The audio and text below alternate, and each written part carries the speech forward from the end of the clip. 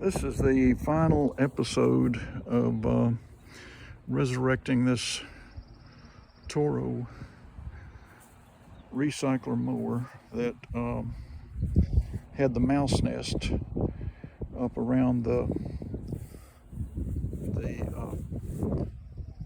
automatic choke linkage that is above the muffler, and I showed that in the previous videos, but I wanted to show you how nice looking this mower is now. And again, this mower was free. I think the owner must have tried putting a new carburetor on it last year because the carburetor was new. Put it up for the winter, got a mouse infestation, so Minnie Mouse set up housekeeping and it never would run right, and I don't think he wanted to bother with it and was frustrated, so he gave it away, this one and another one. And so I've removed the mouse nest. I thought I'd taken care of everything after I cleaned out the debris under the belt. That was in the previous video. And like I said, the carburetor is new, so I was hoping I could save it, but I wasn't able to do that. I had to put another carburetor on there because every time I tilted this mower down back to get it off the table, it leaked. I thought at first it was the hose, fuel hose, but I think the carburetor was leaking, and they're so inexpensive, I just put one of my new ones on there.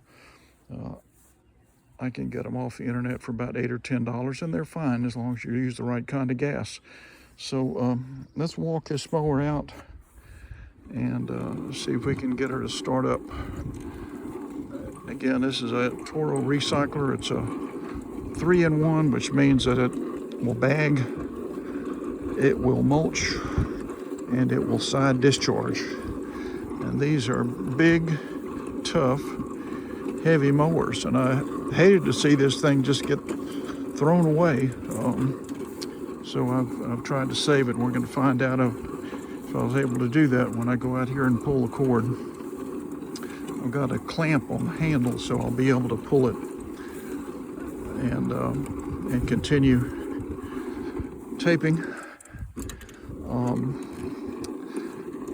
The other thing I had to do was replace the pull cord because he had replaced it and got one of the Walmart jobs. I could tell by the handle, and those are very thin cords. If you'll notice, this cord it's high quality. I think it's blue diamond, and it's the correct length. So we're almost there where I can pull the cord on this mower. I've got a grandbaby that's going to be coming out here tomorrow to go Easter egg hunting. I'm thinking about putting the eggs out there. Okay, so here we go. We're going to pull the cord on this thing. Now, I don't have to prime it, so I'm just going to pull the cord and see what happens.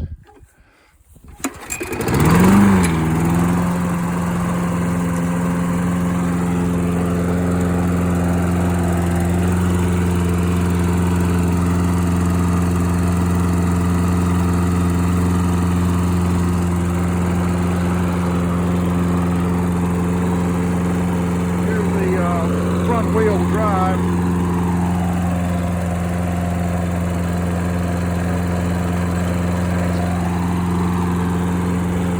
See, that's working too, so this has been a complete success.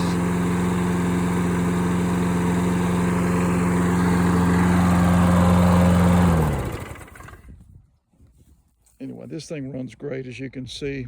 I had a good blade in my supply, so it's got a super sharp blade. The wheels are real dirty, but this is a good mower. I think these things sell for somewhere between $400 and $600. This type mower, Toro grade. So anyway, I hope you liked the video. Hope you learned a few things. If suddenly your self-priming mower doesn't run right anymore and you stored it over the winter, you might want to look under that blowing houser and see if Minnie Mouse has set up housekeeping. All right, we'll see you guys soon on the next project.